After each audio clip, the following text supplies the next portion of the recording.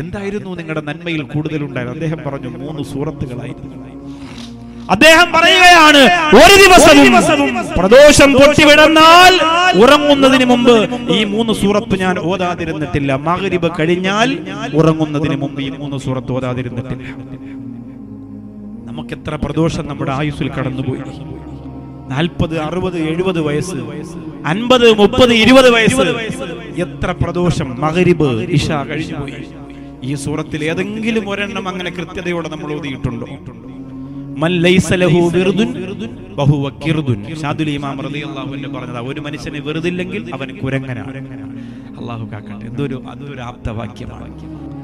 അപ്പോൾ എല്ലാ ദിവസവും ഉറങ്ങുന്നതിന് മുമ്പ് 1000 റക്അത്തിന്റെ കൂലി കിട്ടുന്ന അൽഹാഖു മുത്തകാസർ നിങ്ങൾക്ക് ഓതാ സമയമുണ്ടോ? അത് കഴിഞ്ഞാൽ ഉറങ്ങുന്നതിന് മുമ്പാണെങ്കിലും ഇശാ നിസ്കാരം കഴിഞ്ഞിട്ടാണെങ്കിലും അല്ലാഹുവിന്റെ ഹബീബ് നബി മുഹമ്മദ് മുസ്തഫ സല്ലല്ലാഹു അലൈഹി വസല്ലമ തങ്ങൾ പറഞ്ഞ ചില സൂറത്തുകളുണ്ട്. അതിലൊന്ന് തബാറകല്ലദീ ബിയദിഹിൽ മുൽക്കു എന്ന് തുടങ്ങുന്ന സൂറത്തുൽ മുൽക്കാണ്.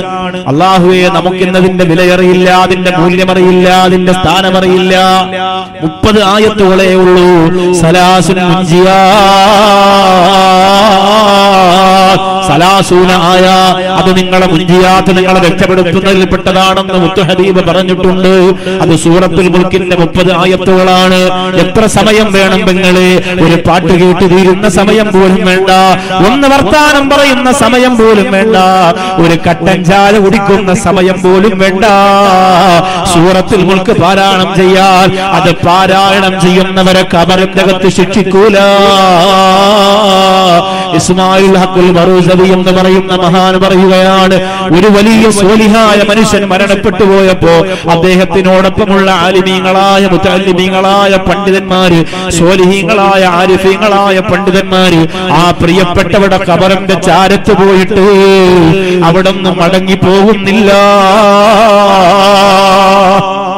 വലിയ വലിയ ആളുകൾ മരണപ്പെട്ടാൽ അവരെ അടക്കി കഴിഞ്ഞാൽ പിന്നെ അവിടെ നിന്ന് പോകാൻ ഒരു പ്രയാസമാണ്.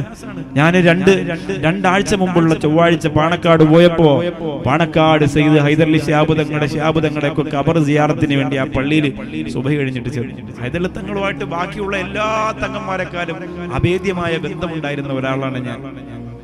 എന്റെ നമ്മുടെ മോൻ മുസ്താഖ് എന്നാണ്. മോൻ മരണപ്പെട്ടതിന് ശേഷം സ്നേഹസാഗരത്തിന്റെ ശിലാസ്ഥാപനത്തിന് വന്നിട്ട് ആറ്റപ്പൂ പറഞ്ഞത് നമ്മുടെ മോൻ മുസ്താഖ് അഹമ്മദ് എന്നാ പറഞ്ഞത്. എനിക്ക് അതിൽ കൂടുതൽ ഈ ദുനിയാവിൽ എന്താണ് കിട്ടേണ്ടത്? കവരത്തിക്കാരെ, ഈ പാവപ്പെട്ട തിരുവനന്തപുരം ജില്ലയുടെ, കേരളത്തിലെ തിരുവനന്തപുരം ജില്ലയുടെ ചിറയൻകീഴ് ഉൾഗ്രാമത്തിൽ ജനിച്ചു വളർന്ന എനിക്ക് ഇതിൽ കൂടുതൽ ഈ പ്രസംഗ മേഖലയിൽ അള്ളാഹു തന്ന ഏറ്റവും വലിയ സമ്പാദ്യം അത്. അതിൽ കൂടുതൽ എന്താ കിട്ടേണ്ടത്? ആറ്റപ്പൂവിന്റെ നാവിൽ നിന്നാണ് കേട്ടത്. ആ പ്രിയപ്പെട്ടവിടെ കവറിന്റെ അടുത്ത് പോയി നിന്നാൽ എപ്പോഴും കൈകാലി വിറച്ചിട്ട് നെഞ്ചു പൊട്ടിപ്പോകും. അത്ര സ്നേഹവും അത്ര ഇഷ്ടവും നമുക്ക് തന്നിട്ട് പോയതല്ലേ.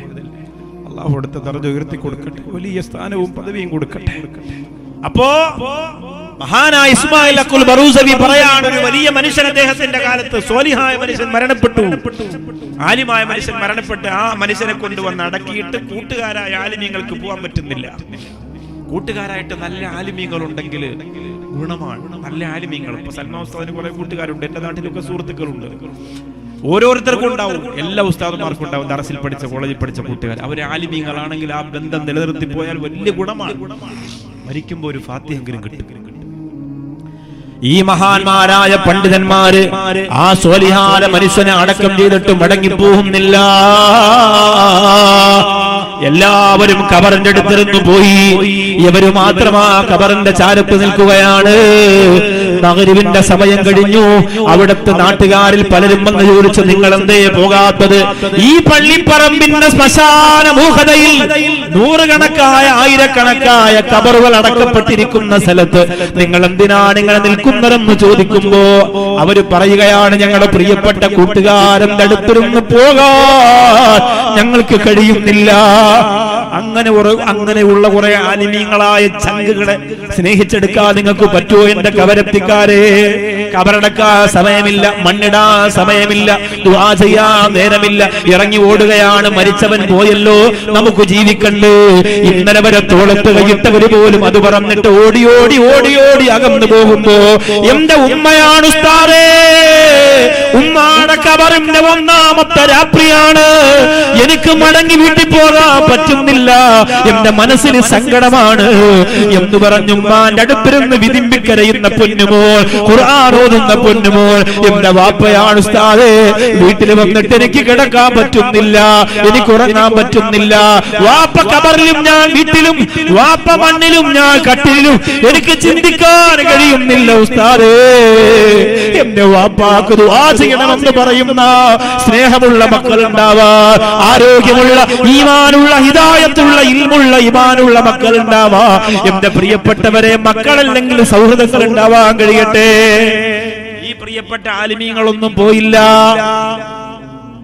മഗ്‌രിബ് കഴിഞ്ഞിട്ട് കുറെ സമയം അവരങ്ങനെ നിന്നു. ഇശാ നിസ്കാരം കഴിഞ്ഞിട്ടും അവരാ ഖബറിനടുത്തിരുന്ന് ഖുർആൻ ഓതി ദിക്ർ ചൊല്ലി. പെട്ടെന്നൊരു ഭീകരമായ ശബ്ദം ഖബറിന്റെ അകത്ത് നിന്ന്, പെട്ടെന്നൊരു ഭീകരമായ ശബ്ദം ഖബറിന്റെ അകത്ത് നിന്ന് പുറത്തു കേട്ടു. എല്ലാവരും ചോദിച്ചു, ഞാൻ മാത്രമാണോ കേട്ടത്? അല്ല, ഞാനും കേട്ടു. നീ കേട്ടോ? ഞാനും കേട്ടു. ഖബറിന്റെ പരിസരത്തിരുന്ന മുഴുവൻ ആളുകളും ഭീകരമായ ശബ്ദം കേട്ടു. എങ്ങനെയാണ് ആ ശബ്ദം മുഴങ്ങി കേട്ടത്? അങ്ങനെ ഒരു ഭീകരമായ ഖബറാവാൻ സാധ്യതയില്ലല്ലോ. ഖുർആൻ ഇഷ്ടപ്പെട്ടിരുന്ന, ദിക്ർ ഇഷ്ടപ്പെട്ടിരുന്ന മനുഷ്യനല്ലേ, പിന്നെ എങ്ങനെയാണ് ആ ഖബറിന്റെ അകത്തിരുന്ന് നിലവിളി വന്നതല്ലോ, ഭീകരമായ ശബ്ദം വന്നതല്ലോ? മടങ്ങിപ്പോയിട്ട് എല്ലാവരും ദുആ ചെയ്ത് കിടന്നുറങ്ങി. ഓരോ ദിവസം കഴിയുമ്പോഴും ദുആ ചെയ്യും, അല്ലാഹുവേ, ഞങ്ങളിൽ ഒരാൾക്കെങ്കിലും അതൊന്ന് കാണിച്ചു തരണമല്ലോ, ഞങ്ങളുടെ ഉറക്കത്തിൽ ഒരു സ്വപ്നമായിട്ടെങ്കിലും കാട്ടിത്തരണമല്ലോ. അവരിൽ ഒരാൾ സ്വപ്നം കാണുകയാണ്, മരണപ്പെട്ടു പോയ അവരുടെ കൂട്ടുകാരനായ ആലിമായ സ്വാലിഹായ മനുഷ്യനെ. ആ അടിയെക്കുറിച്ച് ചോദിക്കുകയാണ്. അടിയുടെ ഭീകരതയുടെ ശബ്ദം കേട്ടല്ലോ ഖബറിന്റെ അകത്ത്, അതെന്തായിരുന്നോ എന്ന് ചോദിക്കുമ്പോ ചിരിച്ചുകൊണ്ട് ആലിമായ മനുഷ്യൻ പറയുകയാണ്, ഞാൻ ജീവിതത്തിൽ ചെയ്തു പോയ തെറ്റുകളായിരുന്നു, ചെറിയ ചെറിയ കുറെ തെറ്റുകൾ ഉണ്ടായിരുന്നു. ആ തെറ്റുകളൊക്കെ ഭീകര രൂപം ബാധിച്ചുകൊണ്ട്, ആ തിന്മകളല്ലോ ഭീകര രൂപം പ്രാപിച്ചുകൊണ്ട് എന്റെ ഖബറിന്റെ അകത്ത് എന്നെ ശിക്ഷിക്കാമെന്നപ്പോ, എന്റെ ഖബറിലുള്ള എന്റെ ജീവിതത്തിന്റെ നന്മകളാ തിന്മകളെ ആട്ടിയോടിച്ച ശബ്ദമാണ് നിങ്ങൾ കേട്ടതെന്ന് ആ മഹാനായ മനുഷ്യൻ പറയുകയാണ്.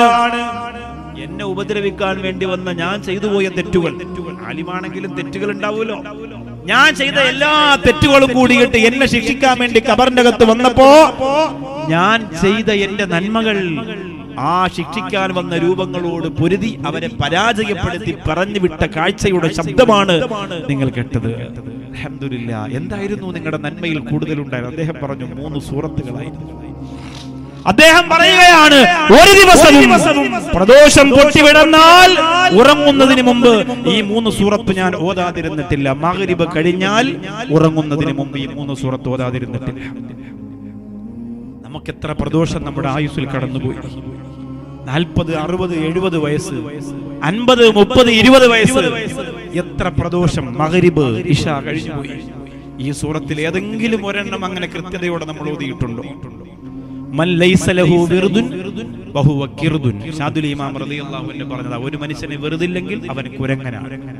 അല്ലാഹു കാക്കട്ടെ. അതൊരു ആപ്തവാക്യമാണ്. വിർദ് എന്ന് പറഞ്ഞാൽ നിരന്തരം ചെയ്യുന്ന ഒരു കാര്യം. സുബഹി കഴിഞ്ഞ് ഇത്ര സ്വലാത്ത്, ളുഹർ കഴിഞ്ഞ് ഇത്ര ദിക്ർ, അല്ലെങ്കിൽ മഗ്‌രിബ് കഴിഞ്ഞാൽ ഇന്ന സൂറത്ത്, മരിക്കുന്നവരെ, അതാണ് വിർദ്. മുടങ്ങാതെ ചെയ്യുന്നതിനാണ് വിർദ് എന്ന് പറയാം. അതിപ്പോ ലക്ഷക്കണക്കിന് ദിക്റൊന്നും വേണമെന്നൊന്നുമില്ല. വളരെ കുറഞ്ഞത് കൃത്യമായി ചെയ്യുക, അതിന് വലിയ കൂലിയാണ്. ഒരു മനുഷ്യന് വെറുതില്ലെങ്കിൽ അവനൊരു കുരങ്ങനാണ്. അങ്ങനെ ചാടി ചാടി ചാടി ചാടി ഇങ്ങനെ പോകും. ഇവിടെ നേടി അവിടെ ചാടി, അവിടെ നേടി ഇവിടെ നേടി. അതൊരു കാര്യമില്ലെന്ന്.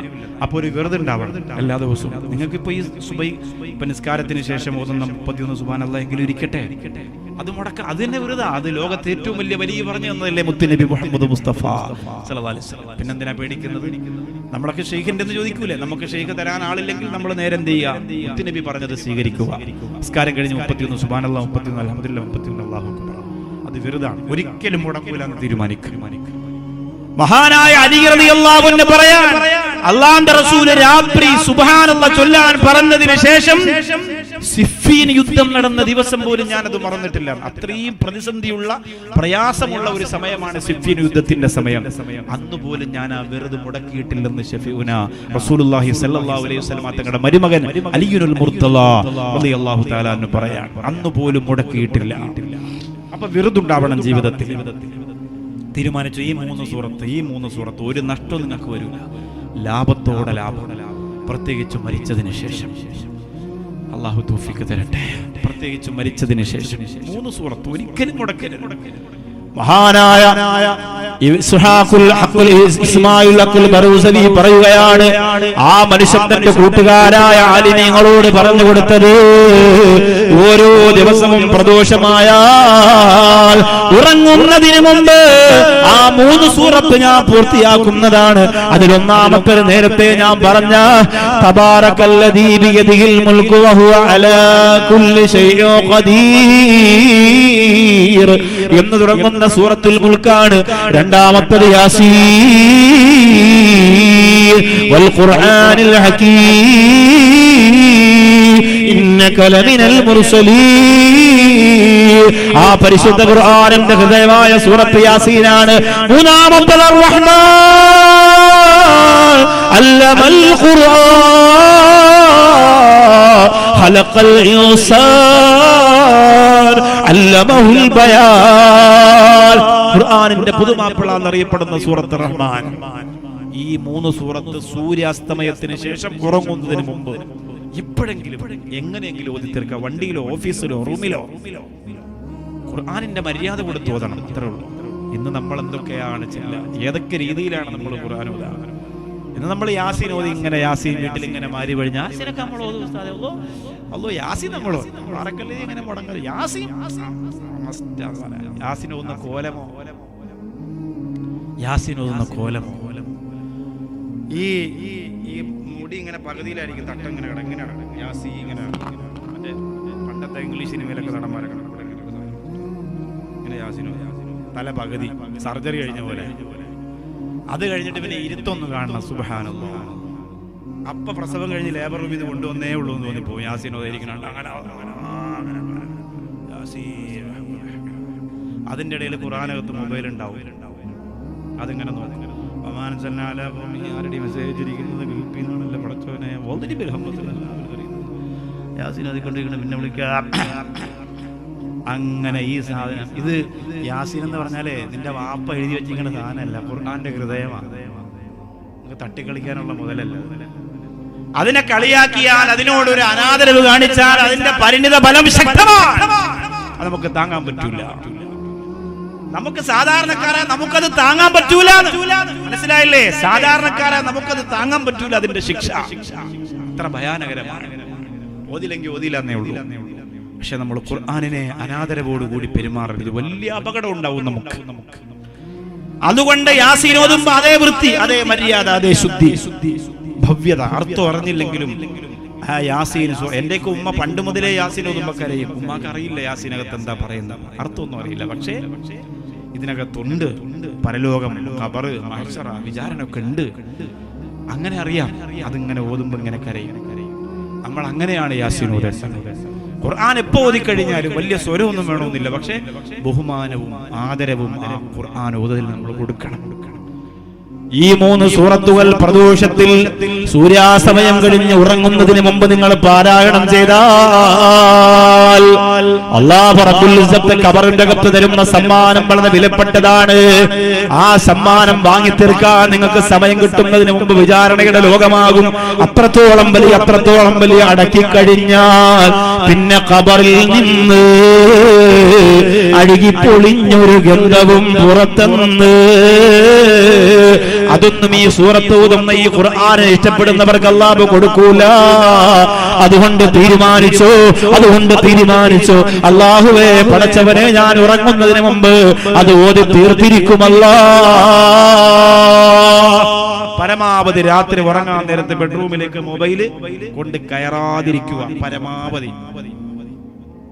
എത്ര വലിയ ബിസിനസ് ആണെങ്കിലും, എത്ര വലിയ മുസ്ലിയാരാണെങ്കിലും, എത്ര വലിയ തിരക്കുള്ള സംഘടനാ പ്രവർത്തകനാണെങ്കിലും ബെഡ്റൂമിലേക്ക് കയറുന്നതിന് മുമ്പ് ഓഫ് ചെയ്ത് ഹാളിൽ വെച്ചിട്ട് ഭാര്യയുടെ മക്കളുടെ അടുത്തേക്ക് ചെന്ന് കിടക്കാൻ പോവാണ്. ആ സമയത്ത് മൊബൈല് ഭാര്യ ഇങ്ങനെ അങ്ങോട്ട് തിരിഞ്ഞു നടന്നിട്ട് ഇങ്ങനെ നോക്കും. പാചക കല എങ്ങനെയാണ്, മുഖക്കുരു മാറാനുള്ള മരുന്ന് എങ്ങനെയാണ്, റെസിപ്പി ഞാൻ പറഞ്ഞു തരാം. 4 കിലോ ഉഴുന്ന് 5 കിലോ പയർ മിക്സ് ചെയ്ത് ജ്യൂസിലടിച്ചിട്ട് അങ്ങോട്ട് കുടിക്കുക, ഭർത്താവിനെ കുളിപ്പിക്കുക. ഈ സാധനം ഇങ്ങനെ അതിൻ്റെ അപ്പുറത്താണെങ്കിൽ അയാൾ കിടന്നിട്ട് വിട്ട് ഇന്നലത്തെ മറ്റേ കണക്ക് ബിസിനസിന്റെ കണക്ക് അത് ഇങ്ങനെ ഇത്ര ലാഭം എങ്ങനെ വരില്ലല്ലോ, നഷ്ടം അയാളങ്ങനെ. ഇതിൻ്റെ ഇടയിൽ മക്കളാണെങ്കിൽ അപ്പുറത്ത് ഇങ്ങനെ മൊബൈൽ അവനെ കൊല്ലണം ഇവനെ കൊല്ലണം. ഇതൊന്നും കൊല്ലം കിട്ടാതെ വരുമ്പോൾ വാപ്പായമ്മയും കൊല്ലും. ഇതെന്നെ നടന്നുകൊണ്ടിരിക്കും. ഇതിങ്ങനെ വീട്ടിൽ നടക്കും. ഉറക്കം വരുമ്പോൾ ഞാൻ നേരത്തെ പറഞ്ഞ പോലെ എവിടെയാണോ കിടക്കുന്നത് അവിടെ മൊബൈൽ വെച്ചിട്ട് കമന്നിരുന്നു പറയണം. എന്തോ ഒരു വൃത്തികെട്ട ഉറക്കം. അസറായിൽ ആ രാത്രി വന്നാലോ മലക്കുകൾ വന്ന് നോക്കിയാലോ എന്താണ്, എത്ര മോശമാണ്.